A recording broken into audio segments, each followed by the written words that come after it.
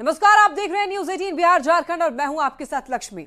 बिहार में double engine की सरकार बनने के बाद विकास की नई उम्मीद जगी है और ऐसे में केंद्रीय बजट से पहले बिहार सरकार की ओर से केंद्र के सामने अपनी मांग रखी गई है। विकास की दौड़ में बिहार को आगे बनाए रखने के लिए वित्त मंत्री सम्राट चौधरी ने बिहार के मुद्दों को सामने रखा और इसमें बजट में बिहार पर विशेष ध्यान देने की मांग की गई।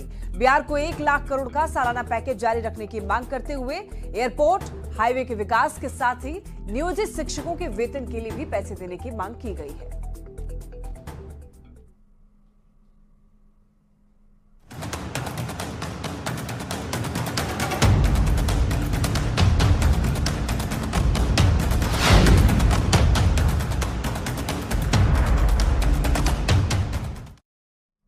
और सबसे पहले बात करेंगे बिहार के नियोजित शिक्षकों की। बिहार सरकार ने केंद्र सरकार से समग्र शिक्षा परियोजना के तहत नियोजित शिक्षकों के वेतन भुगतान में सहायता मांगी है। बिहार में अभी प्राथमिक स्तर पर 3,02,372 शिक्षक तैनात हैं और इसमें 2,56,409 शिक्षक नियोजित हैं, जबकि 14,362 शिक्षक विषय केंद्रित हैं और इनके कुल वेतन पर साल 2024-25 में 17,686 करोड़ रुपए खर्च होंगे।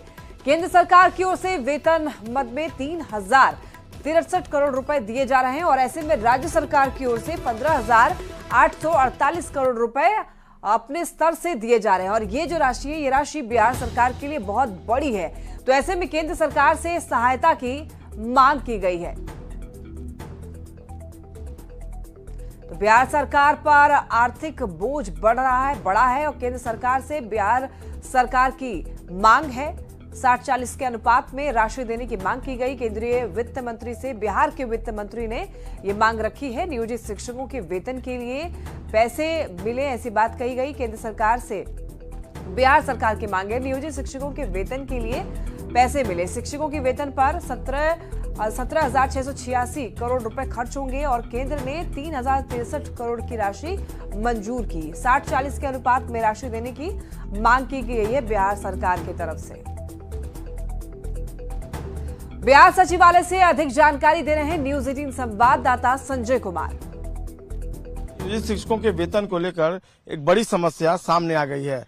दरअसल 2024-25 के वित्तीय वर्ष में बिहार के नियोजित शिक्षकों के लिए वेतन मन में 17,686 करोड़ रुपए खर्च करना होगा और ऐसे में केंद्र द्वारा बिहार सरकार को केवल 3,063 करोड़ रुपए की राशि ही मंजूर की गई है।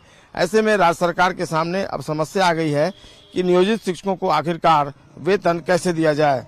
राज्य सरकार ने अब केंद्र सरकार से इस पूरे मामले को लेकर मांग की है और मांग ये है कि 60 और 40 के अनुपात में जो राशि है नियोजित शिक्षकों के वेतन के लिए सर्व शिक्षा अभियान के तहत वह राशि मुहैया कराया जाए। देखना होगा राज्य सरकार का यह प्रस्ताव जो केंद्र सरकार के पास गया है, केंद्र सरकार उस पर कौन सा रुख अख्तियार करती है। लेकिन फिलहाल राज्य सरकार के सामने संकट आ गया है कि नियोजित शिक्षकों की जो राशि है, वेतन राशि, इतनी भारी भरकम राशि को कैसे दिया जाए, क्योंकि राज्य सरकार खुद से सक्षम नहीं मान रही है इतनी भारी भरकम राशि देने में। इसलिए केंद्र से गुहार लगाई गई है, केंद्र से अनुरोध किया गया है कि वो जो 60:40 है उस रेशियो में पैसा आवंटित करे ताकि नियोजित शिक्षकों का वेतन ससमय दिया जाए। कैमरा पर्सन अमित के साथ संजय कुमार, न्यूज़ 18 पटना। और केंद्र से बिहार ने मांग की है, केंद्र सरकार से बिहार सरकार की मांग है। मांग ये है, वित्त मंत्री से सम्राट चौधरी ने मांग की है नियोजित शिक्षकों के वेतन के लिए पैसा मिले। शिक्षकों के वेतन पर 17,686 करोड़ खर्च होंगे। केंद्र ने 3,063 करोड़ की राशि मंजूर की है। वहीं 60-40 के अनुपात में राशि देने की मांग जो है वो की जा रही है। सर्व शिक्षा अभियान के तहत सहायता की मांग केंद्र सरकार से बिहार सरकार ने की है। तो बता दें कि वित्त मंत्री से सम्राट चौधरी ने मांग की है कि नियोजित शिक्षकों के लिए उनके वेतन के लिए पैसे मिले।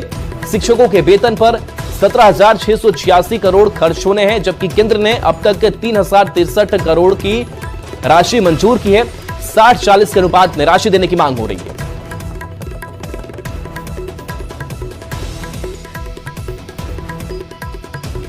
आज झारखंड बीजेपी की अहम बैठक होने वाली है। विधानसभा चुनाव की तैयारी पर चर्चा होगी। चुनाव प्रभारी शिवराज सिंह चौहान बैठक में मौजूद रहेंगे। सह प्रभारी हिमंता बिस्वा शर्मा भी मौजूद होंगे। बाबूलाल मरांडी समेत कई दिग्गज नेता शामिल होंगे। रांची से ज्यादा जानकारी दे रहे हैं संवाददाता गौरव झा। लोकसभा के बाद झारखंड भाजपा विधानसभा की तैयारी में जुट चुकी है। ये तैयारी की झलकें उस दिन से ही दिखने लग गई जब लोकसभा के चुनाव को खत्म होने के बाद शिवराज सिंह चौहान और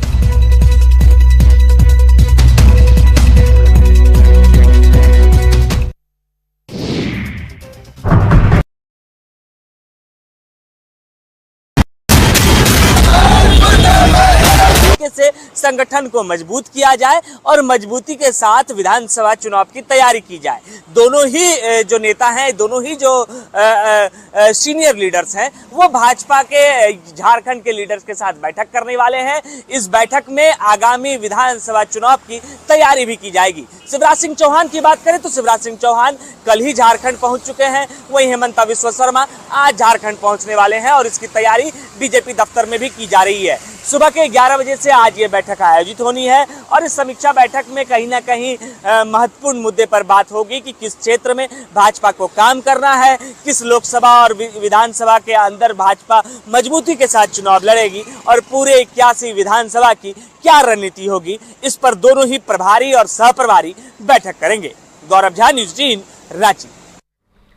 मुख्यमंत्री चंपाई सोरेन आज घाटशिला में करोड़ों की योजनाओं का उद्घाटन और शिलान्यास करेंगे। इस दौरान सीएम लाभुकों के बीच 100 करोड़ की परिसंपत्ति का वितरण भी करेंगे। जमशेदपुर दौरे पर सीएम 3 अलग अलग कार्यक्रमों में शामिल होंगे। सबसे पहले वो बुरुडी डैम का निरीक्षण कर सौंदर्यीकरण का शिलान्यास करेंगे। इसके बाद मऊ भंडार मैदान में 100 करोड़ से ज्यादा की परिसंपत्ति का वितरण भी करेंगे।